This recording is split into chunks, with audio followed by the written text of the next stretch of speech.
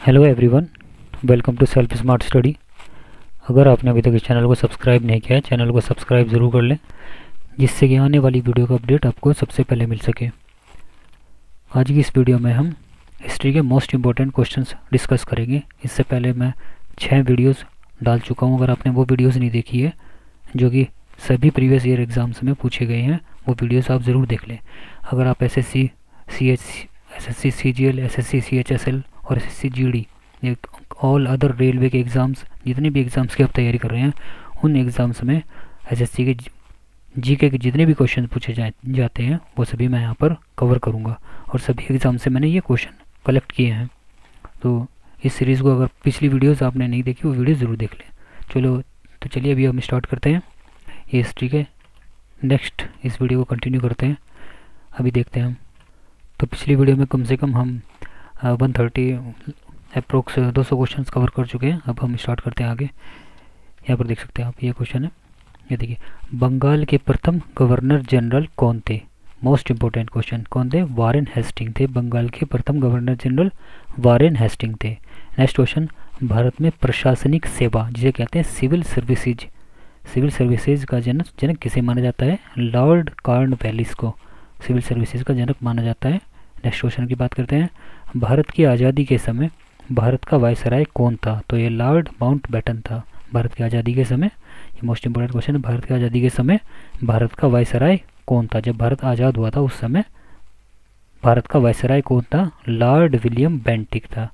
Next question पर चलते हैं, औरंगजेब की मृत्यु कब हुई थी? तो औरंगजेब की मृत्यु 1907 में हुई थी। इनके बाद कौन से मुगल शासक आए थे? Bahadur Shah Zafar. Okay, next question पर चलते हैं हम। नेक्स्ट क्वेश्चन क्या कह रहे हैं यहाँ पर, वास्को डी गामा भारत कब आया था? मोस्ट इंपॉर्टेंट क्वेश्चन है ये भी। 17 मई 1998 को वास्को डी गामा भारत आया था। नेक्स्ट क्वेश्चन, कलकत्ता में सर्वोच्च न्यायालय की स्थापना कब हुई थी? ये 1773 ईस्वी में हुई थी। नेक्स्ट क्वेश्चन, महात्मा गांधी के राजनीतिक गुरु कौन थे? तो महात्मा गांधी जी के राजनीतिक गुरु कौन थे? गोपाल कृष्ण गोखले जी थे। महात्मा गांधी के राजनीतिक गुरु गोपाल कृष्ण गोखले थे। अभी मैं महात्मा गांधी जी के बारे में मोस्ट इंपोर्टेंट फैक्ट्स बताता हूँ, वो आप नोट करते चलें। महात्मा गांधी जी का पूरा नाम क्या था? मोहनदास करमचंद गांधी। महात्मा गांधी जी का जन्म आप सब जानते हैं 2 अक्टूबर 1869 में हुआ था। कब हुआ था? 2 अक्टूबर 1869 में महात्मा गांधी जी का जन्म हुआ था। और इस दिन क्या मनाया जाता है? अंतर्राष्ट्रीय अहिंसा दिवस मनाया जाता है। और स्वच्छ भारत दिवस भी मनाया जाता है 2 अक्टूबर को। ओके, ये याद रखना है। और 8 अक्टूबर को एयरफोर्स डे मनाया जाता है, ये आपको याद रखना है। और इनका महात्मा गांधी जी का जन्म कहाँ पर हुआ था? पोरबंदर की एक जगह है काठियावाड़ गाँव में, गुजरात के अंदर महात्मा गांधी जी का जन्म हुआ था, भारत के अंदर। महात्मा गांधी जी की माता जी का क्या नाम था? पुतलीबाई। महात्मा गांधी जी के पिताजी का क्या नाम था? करमचंद गांधी। ये याद रखिए, आपने पढ़ा होगा नाम। महात्मा गांधी जी का पूरा नाम जो है ना, मोहनदास करमचंद गांधी है। तो करमचंद गांधी जी इनके पिताजी का नाम है। तो करमचंद गांधी जी का जो काम था, वो क्या काम करते थे? उनका पोरबंदर के वो दीवान थे। पोरबंदर की जो रियासत थी उसके वो दीवान थे। और महात्मा गांधी जी की जो हम बात करेंगे, उनकी जो आत्मकथा का नाम है माई एक्सपेरिमेंट विद ट्रूथ। ये क्वेश्चन बहुत एग्जाम में पूछा गया है। महात्मा गांधी जी की आत्मकथा का नाम माई एक्सपेरिमेंट विद ट्रूथ है। और यहाँ पर बात करेंगे, महात्मा गांधी जी ने जो अपनी प्राथमिक शिक्षा प्राप्त की थी वो कहाँ से की थी? राजकोट से प्राप्त की थी। गुजरात के अंदर एक जगह है राजकोट, वहाँ से इन्होंने ये प्राप्त की थी। और महात्मा गांधी जी की पत्नी का नाम क्या था? कस्तूरबा बाई कपाड़िया था। शादी से पहले उनका नाम कस्तूरबा बाई कपाड़िया था, लेकिन शादी होने के बाद उनके नाम के सामने सरनेम लग गया कस्तूरबा गांधी। ओके, तो महात्मा गांधी जी की संतान के बारे में हम बात करते हैं। बापू की कितनी संतानें थी? 4 संतानें थी। एक तो हरिलाल, दूसरी का नाम था मणिलाल, तीसरा रामदास और चौथा देवदास। एग्जाम में पूछा गया है, ये मैं इसलिए बता रहा हूँ कौन कौन। और गांधी जी का जो गोद लिया गया एक पुत्र था, ये क्वेश्चन पूछा गया है कि एग्जाम के अंदर। उनका गोद लिए गए पुत्र का क्या नाम था? जमनालाल बजाज। गांधी जी के द्वारा गोद लिया गया पुत्र था। आपने मुन्ना भाई एमबीबीएस मूवी में देखा होगा, वो क्वेश्चन पूछते हैं उससे, तो वहाँ पे बताते हैं हरिलाल, मणिलाल, रामदास और देवदास उनके पुत्र। ये कौन से थे? ये उनकी रियल संतान थी। और जो गोद लिया गया पुत्र था वो था जमनालाल बजाज को गोद लिया गया था। और हम बात करते हैं गांधी जी 1888 ईस्वी में बैरिस्टर की पढ़ाई करने इंग्लैंड गए थे। और 1891 में बैरिस्टर बनने के तुरंत बाद ही वे भारत लौट आए। इंग्लैंड से लौटने के बाद उन्होंने राजकोट से अपनी लॉ की पढ़ाई पूरी की। 23 वर्ष की आयु में गांधी जी दक्षिण अफ्रीका 1 वर्ष की नौकरी के प्रस्ताव के लिए काम करने गए थे, किंतु यहाँ के हालातों में उनके जीवन के मुख्य 23 साल वहीं गुजर गए। 1 साल के लिए वो काम करने गए थे दक्षिण अफ्रीका में, लेकिन वहाँ के हालात जो उन्होंने देखे, हालात देखने के बाद वहाँ के 23 साल उनके वहीं पर गुजर गए। वहाँ उन्होंने रंग भेद का शिकार झेलना पड़ा। उनसे रंग भेद का व्यवहार किया गया, उनके साथ उल्टा सीधा व्यवहार किया गया। गोरा न होने की वजह से महात्मा गांधी जी के साथ के समतुल्य बुरा व्यवहार होता था, जिसका गांधी जी ने भरपूर विरोध किया था। और यहाँ पर हम बात करते हैं, अगर क्वेश्चन में ये भी पूछ सकते हैं कि गांधी जी के दादाजी का क्या नाम था, तो उत्तरचंद गांधी गांधी जी के पिताजी का नाम था। तो यहाँ पर बात करते हैं, जो हम अपने मेन पॉइंट पर आते हैं, तो उसके लिए गांधी जी ने क्या किया था। जब रंग भेद का शिकार उन्होंने सत्य और अहिंसा का मार्ग अपनाया। इसके दौरान उन्हें कई दफ़ा बेइज्जत होना पड़ा और अत्यधिक पीड़ा सहनी पड़ी। और एक क्वेश्चन सबसे ज़्यादा पूछा जाता है महात्मा गांधी जी के बारे में, नोट करते चले आप। 9 जनवरी 1915 में प्रवासी भारतीय दिवस मनाया जाता है। इस दिन क्या हुआ था, भारत की दशा समझकर गांधी जी साउथ अफ्रीका से, जिसको हम दक्षिण अफ्रीका भी कहते हैं, से भारत वापस लौटे थे। इसीलिए इसको क्या कहा जाता है, प्रवासी भारतीय दिवस के नाम से इसको मनाया जाता है। तथा वापस लौटने पर उन्होंने अंग्रेजों के खिलाफ आवाज़ उठाना शुरू किया। महात्मा गांधी जी ने अपना पहला आंदोलन कौन सा किया था, चंपारण आंदोलन किया था। जो कब किया था, 1917 में गांधी जी ने चंपारण आंदोलन किया था, जिसको हम चंपारण सत्याग्रह आंदोलन के नाम से भी जानते हैं। तो इसका क्या उद्देश्य था, मेन उद्देश्य भारतीय स्वतंत्रता संग्राम के लिए बिहार में चंपारण आंदोलन महात्मा गांधी की पहली सक्रिय भागीदारी थी। जब गांधी जी दक्षिण अफ्रीका से 1915 ईस्वी में भारत लौटे, तो उस समय देश अत्याचारी अंग्रेजों के अधीन था। अंग्रेजों ने किसानों को उनकी उपजाऊ भूमि पर नील की और अन्य नकदी फसलों को उगाने के लिए मजबूर किया और फिर इन फसल को बहुत ही सस्ती कीमत पर बेचा गया। मौसम की बदहाल स्थिति और अधिक करों की वजह से, कर को क्या कहते हैं, टैक्स, अधिक टैक्स की वजह से किसानों को अत्यधिक गरीबी का सामना करना पड़ा, जिसके कारण किसानों की स्थिति अधिक दयनीय हो गई। किसानों की यह स्थिति सुनकर गांधी जी तुरंत अप्रैल 1917 में चंपारण जिले के दौरे पर निकल पड़े। उसके बाद गांधी जी ने क्या किया, गांधी जी को महात्मा की उपाधि किसने दी थी, थोड़ा इसके बारे में मैं डिटेल में बताता हूँ। और नील की खेती के विरुद्ध में किसानों को उनका हक दिलाने के उद्देश्य से गांधी जी ने धरना व हड़ताल पर बैठकर अंग्रेजों को झुकाया। किसानों को हुए नुकसान की भरपाई करने पर समझौते पर हस्ताक्षर हुए। इस आंदोलन की सफलता से ही गांधी जी को महात्मा की उपाधि प्रदान की गई। ये महात्मा की उपाधि किसने दी थी, महात्मा गांधी जी को महात्मा की उपाधि गुरुदेव रविंद्रनाथ टैगोर जी ने दी थी। ओके, ये याद रखना, ये क्वेश्चन पूछा गया है। महात्मा की उपाधि किसने दी थी, गुरुदेव रविंद्रनाथ टैगोर जी ने गांधी जी को महात्मा की उपाधि दी थी। उसके बाद हुआ था अहमदाबाद मिल मजदूर आंदोलन। ये मिल मजदूर आंदोलन था, बस आपको इतना याद रखना है, डिटेल में नहीं जाना है। अहमदाबाद 1918 में अहमदाबाद मिल मजदूर आंदोलन हुआ था। फिर 1918 में ही खेड़ा सत्याग्रह हुआ था, जिसको खेड़ा आंदोलन के नाम से भी जाना जाता है। थोड़ा सा इसके बारे में बताता हूँ मैं आपको। गुजरात के खेड़ा जिले में अंग्रेजों के द्वारा कर वसूली के विरुद्ध आंदोलन था। ये टैक्स लिया जा रहा था खेड़ा के अंदर। तो बाढ़ व अकाल पड़ने से काफ़ी प्रभावित हुए लोगों से में नष्ट हुई फसलों के चलते कर न देने के लिए तथा जब तक जल प्रलय समाप्त नहीं होता गरीब किसानों से कर की वसूली बंद कर दी जाए। तो ये मेन उद्देश्य था। फिर इसके बाद में कौन सा आंदोलन हुआ था, खिलाफत आंदोलन हुआ था। आपको ये सिर्फ इतना याद रखना है, खिलाफत आंदोलन हुआ था 1919 में हुआ था। थोड़ा सा मेन इसके बारे में पता होना चाहिए। प्रथम विश्व युद्ध के बाद खलीफा और तुर्क साम्राज्य पर कई अपमानजनक आरोप लगाए गए थे। मुस्लिम अपने खलीफा के लिए काफ़ी भयभीत हो गए और तुर्कों में खलीफा की दयनीय स्थिति को सुधारने और अंग्रेज सरकार के खिलाफ लड़ने के लिए गांधी जी ने के नेतृत्व में खिलाफत आंदोलन शुरू किया गया, जो कि 1919 में भारतीय स्वतंत्रता संग्राम में अपने राजनीतिक समर्थन के लिए मुस्लिम समुदायों से संपर्क किया। उसके बाद आते हैं हम 1920 में। 1920 में कौन सा आंदोलन हुआ था? असहयोग आंदोलन। इस आंदोलन के शुरू करने के पीछे जो मेन मकसद था वो क्या था? बैसाखी के दिन जलियांवाला बाग जो हत्याकांड हुआ था, ये पॉइंट नोट करते चले। जलियांवाला बाग हत्याकांड कब हुआ था? 13 अप्रैल 1919 में जलियांवाला बाग हत्याकांड हुआ था, जिसका एक मात्र कारण था।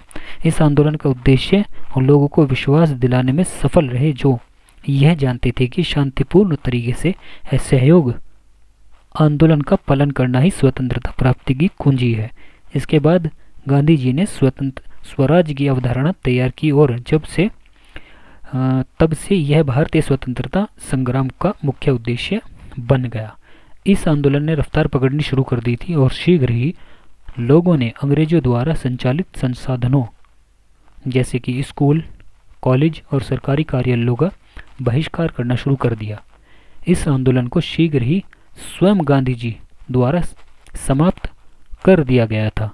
इसके बाद चोरी चोरा की घटना हुई थी, जिसमें चोरी चोरा की घटना आपको याद रखना है कब हुई थी? 5 फरवरी 1922 में चोरी चोरा कांड हुआ था। और चोरी चोरा जगह कहाँ पर है? ये गोरखपुर में एक चोरी चोरा जगह है, जहाँ पर 23 पुलिस अधिकारियों को जेल के अंदर जलाकर मार दिया गया था। तो चोरी चोरा का घटना भी पूछा गई है, कब हुई थी? 5 फरवरी 1922 में चोरी चोरा कांड हुआ था। ये क्वेश्चन पूछा गया है, इसलिए मैं बता रहा हूँ।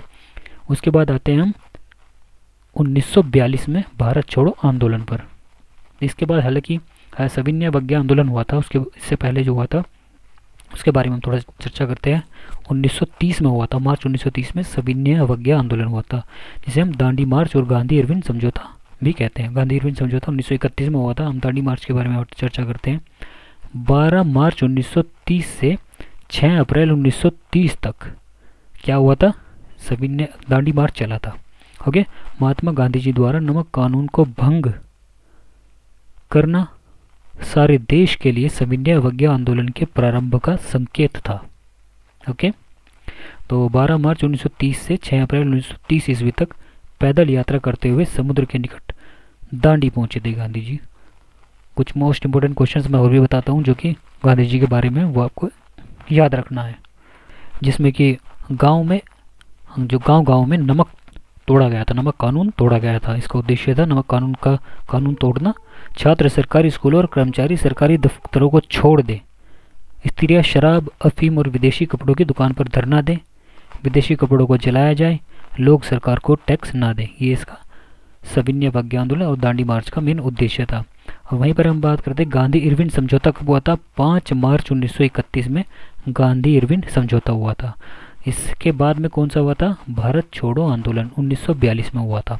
भारत छोड़ो आंदोलन महात्मा गांधी द्वारा द्वितीय विश्व युद्ध के दौरान 8 अगस्त 1942 को भारत से ब्रिटिश साम्राज्य को समाप्त करने के लिए चलाया गया था, जिसमें गांधी जी ने कौन सा नारा दिया था? करो या मरो का नारा दिया था। ओके, कुछ इंपॉर्टेंट पॉइंट्स मैं यहाँ पे बताता हूँ आपको, वो भी नोट करते चले। महात्मा गांधी जी के बारे में क्वेश्चन पूछे जाते हैं 100% एग्जाम के अंदर महात्मा गांधी से, तो इसीलिए मैं ये इतना डिटेल में बता रहा हूँ आपको। तो गांधी जी के पर्सनल सिक्योरिटी का गार्ड कौन थे? महादेव देसाई और प्यारेलाल। नोट करते चले। गुजरात में बारदोली सत्याग्रह किसके नेतृत्व में हुआ था? ये सरदार वल्लभ भाई पटेल के नेतृत्व में हुआ था, जो कि 1928 में हुआ था। दूसरा गोलमेज सम्मेलन के बारे में बात करते हैं, कब हुआ था? ये 1931 ईस्वी में लंदन में हुआ था। इस आंदोलन में गांधी जी ने कांग्रेस का नेतृत्व किया था, ये आपको याद रखना है। गांधी जी की मृत्यु कब हुई थी? ये आपको याद रखना है। 30 जनवरी 1948 को गांधी जी की मृत्यु हुई थी। उस दिन को क्या मनाया जाता है? शहीद दिवस के रूप में मनाया जाता है। 30 जनवरी 1948 को गांधी जी की मृत्यु हुई थी। गांधी जी द्वारा बनाए गए दो आश्रम थे, उनके बारे में हम डिस्कस करते हैं। 2 आश्रम भी थे, वो आप नोट करते चले, एग्जाम में पूछे गए हैं इसलिए मैं बता रहा हूँ। टोलस्टाई आश्रम था एक, जो कि जोहान्सबर्ग में है। जोहान्सबर्ग कहाँ पर है? दक्षिण अफ्रीका के अंदर है। दूसरा है फोनिक्स आश्रम, जो कि डरबन साउथ अफ्रीका में है। सबसे पहले जो बनाया गया था आश्रम, वो बनाया गया था फोनिक्स आश्रम, डरबन साउथ अफ्रीका के अंदर है, और ये फर्स्ट और सबसे पुराना आश्रम है। एग्जाम में पूछा गया था कि गांधी जी द्वारा बनाया गया सबसे पुराना आश्रम कौन सा है? फोनिक्स आश्रम है, जो कि डरबन साउथ अफ्रीका में है। तो गांधी जी को राष्ट्रपिता की उपाधि किसने की थी? राष्ट्रपिता की उपाधि सुभाष चंद्र बोस जी ने दी थी। और बापू की उपाधि किसने दी थी? पंडित जवाहरलाल नेहरू जी ने दी थी। दक्षिण अफ्रीका में रहते समय गांधी जी ने ईस्ट इंडियन ओपिनियन पत्रिका का प्रकाशन किया था। इंडियन ओपिनियन जो पत्रिका थी, इंडियन ओपिनियन पत्रिका का प्रकाशन गांधी जी ने दक्षिण अफ्रीका में रहते समय किया था। गांधी जी के राजनीतिक गुरु कौन थे? गोपाल कृष्ण गोखले गांधी जी के राजनीतिक गुरु थे। और गांधी जी को दक्षिण अफ्रीका की पीटर मरीत्सबर्ग, याद रखना, गांधी जी को पीटर मरीत्सबर्ग रेलवे स्टेशन पर ट्रेन से बाहर फेंका गया था। गांधी जी ने सर्वप्रथम 1901 ईस्वी में आयोजित कांग्रेस के कलकत्ता अधिवेशन में भाग लिया था। 1901 में जो कांग्रेस का कलकत्ता अधिवेशन हुआ था उसमें गांधी जी ने भाग लिया था। और गांधी इरविन समझौता कब हुआ था? 1931 मार्च और 5 मार्च 1931 में हुआ था। किस किस के बीच में हुआ था? महात्मा गांधी जी और लॉर्ड इरविन के बीच में। ये मैंने मोस्ट इंपॉर्टेंट फैक्ट्स बताए हैं महात्मा गांधी जी के बारे में। इससे बाहर एक भी महात्मा गांधी से रिलेटेड कुछ नहीं पूछा जाएगा। ओके, जब नेक्स्ट क्वेश्चन पर चलते हैं। यहाँ पर महात्मा गांधी जी की जो आत्मकथा किस भाषा में थी? तो यहाँ पर देखिए ये क्वेश्चन क्या दिया है, गुजराती भाषा में थी। महात्मा गांधी जी की आत्मकथा किस भाषा में थी? गुजराती भाषा में थी। नेक्स्ट क्वेश्चन, गोवा, दमन और दीव का उपनिवेशीकरण मूलतः किया गया था किसमें? पुर्तगालियों द्वारा किया गया था। नेक्स्ट क्वेश्चन पर चलते हैं। क्या कह रहा है? 147 भारत की संविधान सभा किसके अनुसार गठित की गई? तो ये कैबिनेट मिशन की सिफारिश पर यह संविधान सभा की गई, संविधान सभा गठित की गई। नेक्स्ट क्वेश्चन, डचों ने अपनी पहली फैक्ट्री 1605 ईस्वी में कहाँ स्थापित की थी? ये मुसलीपत्तनम में 1605 ईस्वी में स्थापित की थी। नेक्स्ट क्वेश्चन, ये क्या लिखा है? अनटू दिस लास्ट नामक रचना किसकी है? ये रस्किन की है, रस्किन बॉन्ड की ये अनटू द लास्ट नामक ये रचना है रस्किन की। नेक्स्ट क्वेश्चन, चंपारण सत्याग्रह किस राज्य में हुआ था? आपको पता है, मैंने अभी इसके बारे में डिस्कस किया है। चंपारण एक बिहार के अंदर जगह थी जो कि 1917 में महात्मा गांधी जी के द्वारा 77 नहीं है 1917 में चंपारण सत्याग्रह हुआ था, ये आपको याद रखना है।